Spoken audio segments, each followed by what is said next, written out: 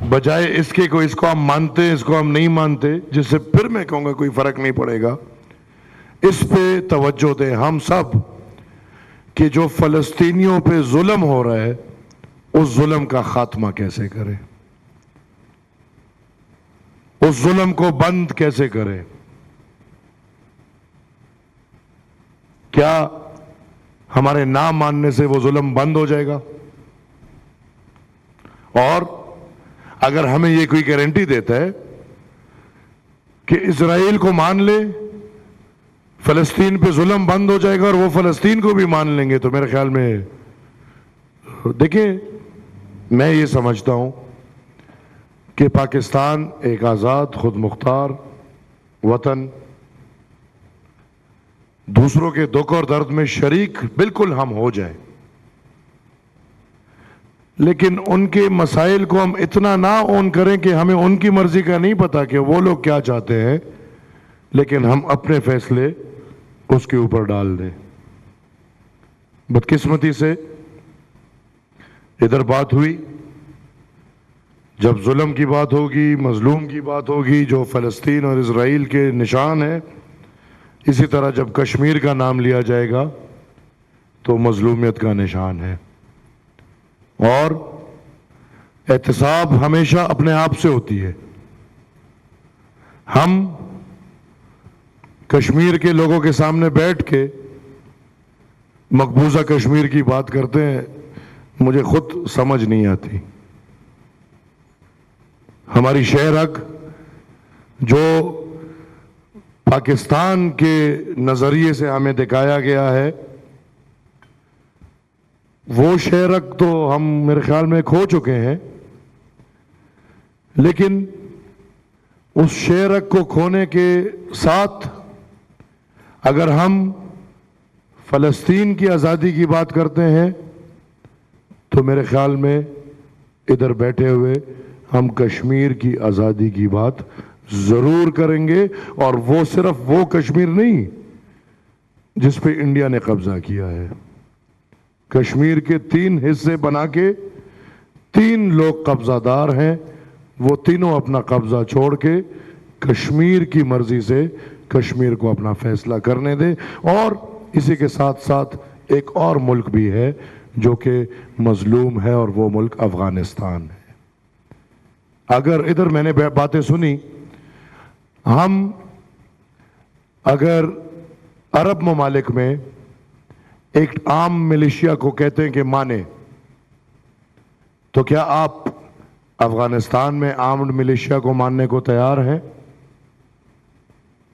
اور پھر وزیر اعظم صاحب، کیا آپ پاکستان میں آرمڈ ملیشیا ماننے کو تیار ہیں؟ کیونکہ نظریاتی طور پہ تمام آرمڈ ملیشیا ایک ہی بات کر رہی ہے کہ وہ جہاد کر رہے ہیں، وہ خدا اور رسول کے نظام کو لا رہے ہیں۔ وہ اگر آرمڈ ملیشیا افغانستان میں ہو وہ بھی یہی بات کر رہے ہیں، وہ آرمڈ ملیشیا اگر پاکستان میں ہو وہ بھی یہی بات کر رہے ہیں، اور وہ آرمڈ ملیشیا اگر عرب ممالک میں ہو وہ بھی یہی بات کر رہے ہیں۔ اگر ہم پاکستان میں ٹی ٹی پی کو ماننے کو تیار نہیں تو میرے خیال میں ہم کسی بھی آرمڈ ملیشیا کے سپورٹ میں ہمیں نہیں کھڑا ہونا چاہیے۔ شہری بھی مجھے بار بار وہ کر رہی ہے، لیکن میں 2 منٹ لوں گا، اور جب آپ کے ہاتھ میں ہوتا ہے پھر مجھے ٹائم پورا ملتا ہے۔ وہ گلہ چیئرمین صاحب سے کبھی کبھی آ جاتے ہیں۔ سر، ایک موقع ہے، ہم سب اکٹھے ہیں، اور بالکل فلسطین کی بھی فکر ہونی چاہیے، ہر ملک اور ہر قوم جو مظلوم ہے اس کی فکر ہونی چاہیے، لیکن اپنے ملک پہ بھی ہمیں نظر ڈالنا چاہیے۔ اس ملک کے لیے نہ ہمیں یو این کے پاس جانا چاہیے، اس ملک کے لیے نہ ہمیں کی اور ادارے انٹرنیشنل اداروں میں جانا چاہیے۔ اس ملک میں خدا نخواستہ غازہ شپس بن رہے ہیں۔ 50 سال سے اس ملک کے اندر ایک طرح یا دوسری طرح آپ کے 2 پورے صوبے بلوچستان اور خیبر پختونخوا غازہ اسٹرپ کا مثال دے رہے ہیں۔ ادھر آپ کہتے ہیں کہ 50,000 لوگ فلسطین میں شہید ہوئے ہیں۔ کیا آپ کے پاس وہ نمبرز ہیں کہ پختونخوا اور بلوچستان میں کتنے لوگ شہید ہوئے؟ تو میں اس وقت کا فائدہ اٹھاتے ہوئے حکومت وقت اور تمام تر پاکستان کے اداروں سے یہ درخواست کروں گا کہ آج اگر ہم جو رونا فلسطین کے لیے رو رہے ہیں، خدا نخواستہ 50 سال بعد کہیں ہم بلوچستان یا پختونخوا کے لیے بھی یہی رونا نہ رو رہے ہوں۔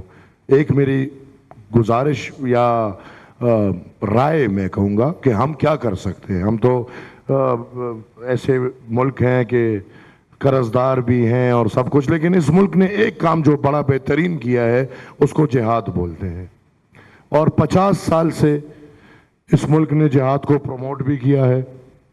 50 سال سے اس ملک نے جہادی ایلیمنٹ کو پروموٹ کیا ہے۔